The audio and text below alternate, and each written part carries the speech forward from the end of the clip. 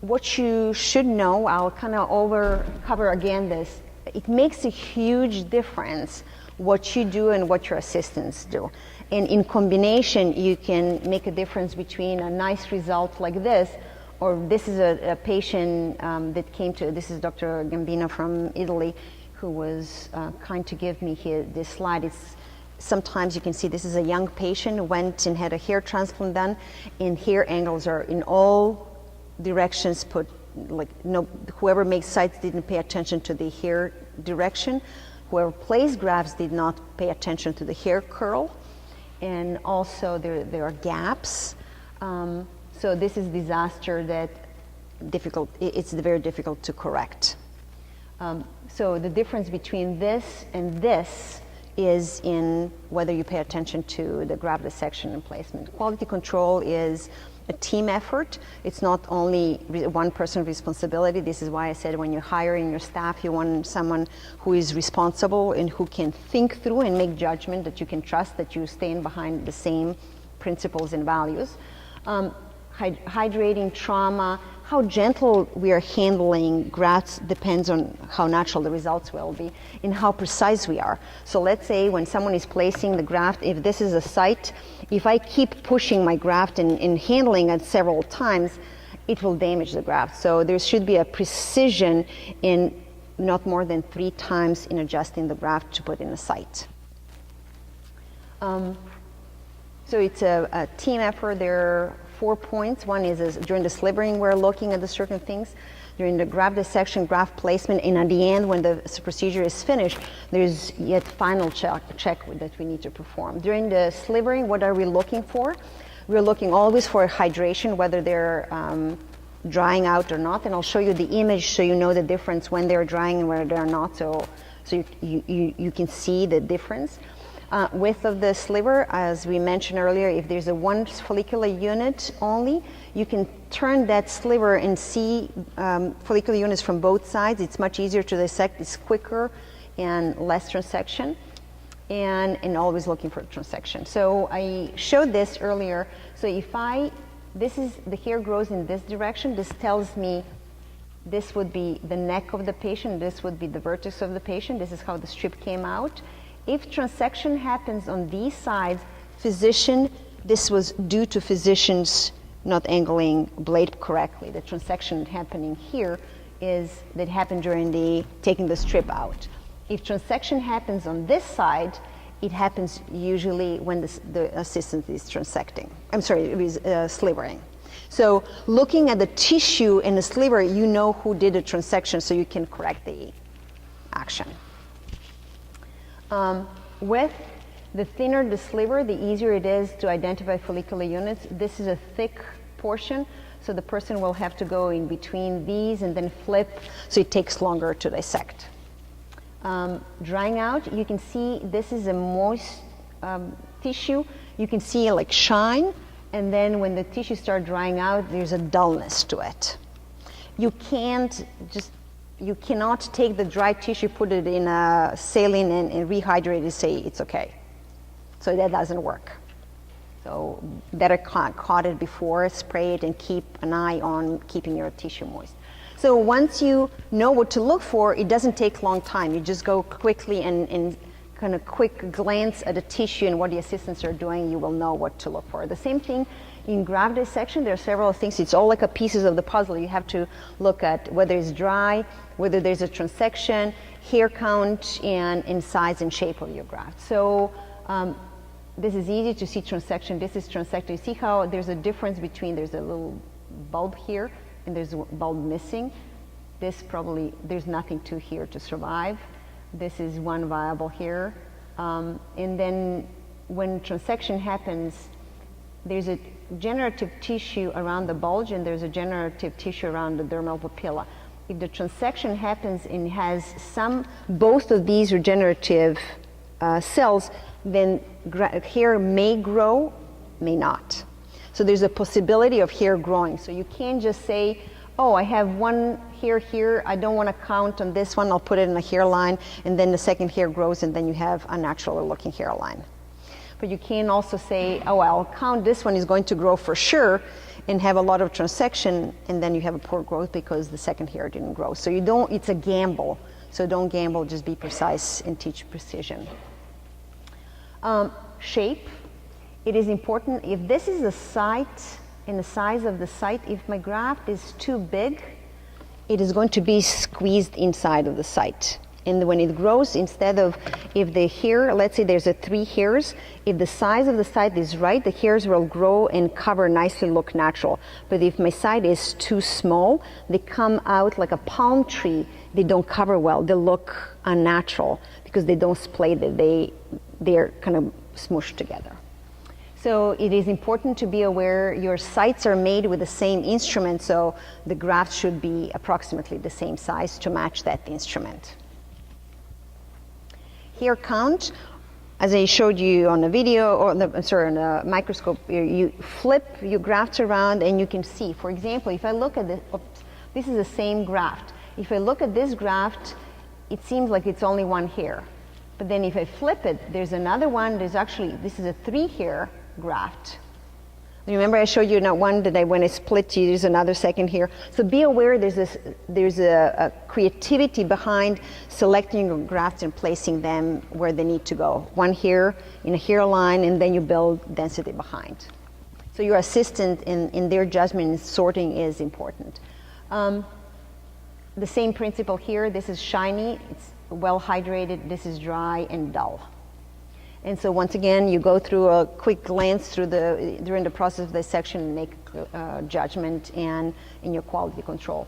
During the placement, you're looking a little bit more things. You're looking at where the grafts are being grasped, how long they sit on a hand, or usually we put them on the back of our hands and move them. There's a different either cup, there's a different ways of keeping them moist, but they have to be moist. You don't take too many grafts so they don't sit outside of the tissue for too long. When you're holding them, you do minimum manipulation, you hold them at a certain place. You always look at the hair curl, and so I'll go one at a time. So hold by the fat layer below the bulb or beside the bulb, but not on a bulb or halfway through, because this is the incorrect, this is the correct way of holding grafts. If we crush the hair follicles, if you see this gentleman had procedure done, and this here that was transplanted came out kinky, looking kinky. So it's a quality of hair change, and after a 1.5 years it stayed the same. So it didn't. So his hairline, instead of looking soft and nice, now there's a visible difference between his existing hair and the hair that was transplanted. So that was due on poor graft handling. So you don't want to. If you hold it a halfway and you put it in a site, this is what happens. And if they're denuded, they have more chances of being crushed during the placement. Where we place the graft in the skin also makes a difference in a growth. So imagine this is my site, and I put the graft in, and it should be sitting about 1 millimeter above the skin. So I should be able to see a little bit of epidermis in the hair coming out, and this is this level of the skin. If I put my graft below, what is going to happen is going to create a pitting. And this is what it looks like. It looks like as if the skin will grow around it and create this little divot, and then the hair comes from underneath. So it doesn't look seamless and doesn't look natural. So it's very, it's a matter of placing. So all this, you can see like there's a little, it looks like a darker dot, and the hair comes out of a dot. It doesn't look natural. So this is too deep. This is there. You can see a little bit of epidermis. When we're doing a placing strategy, also we need to know, Dr. Farja mentioned creating a central forelock. This is giving the stronger density. There is a reason for that. So the physician will create this pattern, and the assistant has to follow the pattern.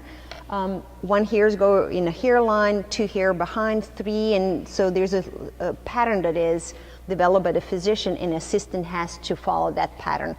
So this is why we sort our grafts and place them accordingly to the pattern. It is very important to do so. I intentionally put the grafts, thicker grafts in a hairline, So, for example, these are correct grafts. There are 1 hair graft in a hairline, but then what I did, I intentionally took 3 hair grafts and put it in a hairline to show you during the placement you can see the difference. But this is what the results does. When the 3 hair graft is put in a hairline, they look pluggy. So you don't want to do that. So it is important for you to know when you walk by person who is placing, when you look at it, whether you're placing or someone else is placing, to be very careful what the hair count is in a graft that they're putting in a certain part of the scalp. Hair curl, hair goes, so there's a certain direction to the hair, so when we take the strip out or even when you do follicular unit extraction, you're looking at the hair curl. So if this is my graft and there's a little kind of angle to the graft, I'm going to put the graft so the angle or hair curl is always facing the scalp. So this would be the hairline here. If I'm doing on the side, it's going to look like this. If I'm working on the back, it's going to look like that. So all depends where I'm putting the hairs, but the curl always has to face the scalp. If it goes up, so imagine you're making a sight under certain angle, but the assistant is turning the hair curl up, so it will look as a higher angle and it will not shingle as well as it should. So it doesn't create a visual density. So this is, once again, I intentionally turn these hairs up so you can see this is correct, this is incorrect. And these hairs were placed with not paying attention to the hair curl, so that this entire area looks sparse because the hair is pointing up. And this is whichever direction. And so you just go through your kind of list of checking what to look for during the placement, and at the end, you take all this during the placement and kind of cover and look through the entire area. So we look for the area when in a final check, we look that everything is clean. The cleaner the patient is at the end of the procedure, the easier it is for the patient to wash their hair afterwards, and the better they look after. You don't want to leave big scabs on a patient's head after they leave. So cleaning everything, passing by, looking at the hair curl. It's easy to see whether the hair curl is pointing in the right direction, looking for the elevation. This is a time where I would go sometimes during the placing. Some grafts slide below the skin surface, so we'll come and pull them up a little bit so they are like 1 millimeter above the skin surface. And they also check for the empty sites. So for example, sometimes there will be a discrepancy in the hair count. So we started dissecting, we project the numbers, and then as we're dissecting, we come short with our hair count. So you have to be strategic. If you're leaving empty sites, where do you want to leave them? How do you leave it? You just don't stop wherever you stop. You have to be aware of that. So let's say sometimes you're going to leave the one row and kind of move your hairline from the back or sides. So be strategic, but this is the time toward the end of the procedure where you look, our numbers, do our numbers match? What do I want to do? And constantly communicate with your staff. During the final check, you also look at, sometimes when you're placing hair in between, placing grafts in between hairs, some hair can loop underneath the graft, so the hair is underneath. So if the patient starts combing that hair, by pulling the hair out, they can pull the graft out. This is the time where you can go inside and you can see there's a little loop. So I would pull in this loop, this graft, there's a hair underneath. If I would comb this hair out, I would pull this graft out. So this is the time when you check that. And as I mentioned earlier, it's a team effort. It's not one person's effort. Develop eagle eye. Just be quick, know what to look for. Never blame if someone makes a mistake. If you blame, they won't report the mistake next time. So it's better to sit and communicate and be a team. Find a solution so that the mistake can be corrected. And it doesn't take much time. I put this slide where you just need to peek quickly. As long as you know what to look for, it doesn't take much time, but it saves in long term, saves the aggravation with the poor results, because it takes about a year for you to see where you went wrong. When you're starting a practice, it's a long time to back. It's like, oh, what did we do this time? Who did it? So we, for example, in our office, we write who placed on which side. So I write down that, let's say, Angela placed on this side, I placed on the other side. So if the result is affected on one side more than the other, we know that we need to address something with that specific person who is placing on that side. So keep track of who is doing what so that you can come back and correct if there's anything to need to be corrected. I always believe quality comes before speed, and then when you combine quality and speed, there's excellence. And it doesn't take much, it's just that extra step in quality control that you do that makes the difference between ordinary and excellent. Do you have a minute to tell the story?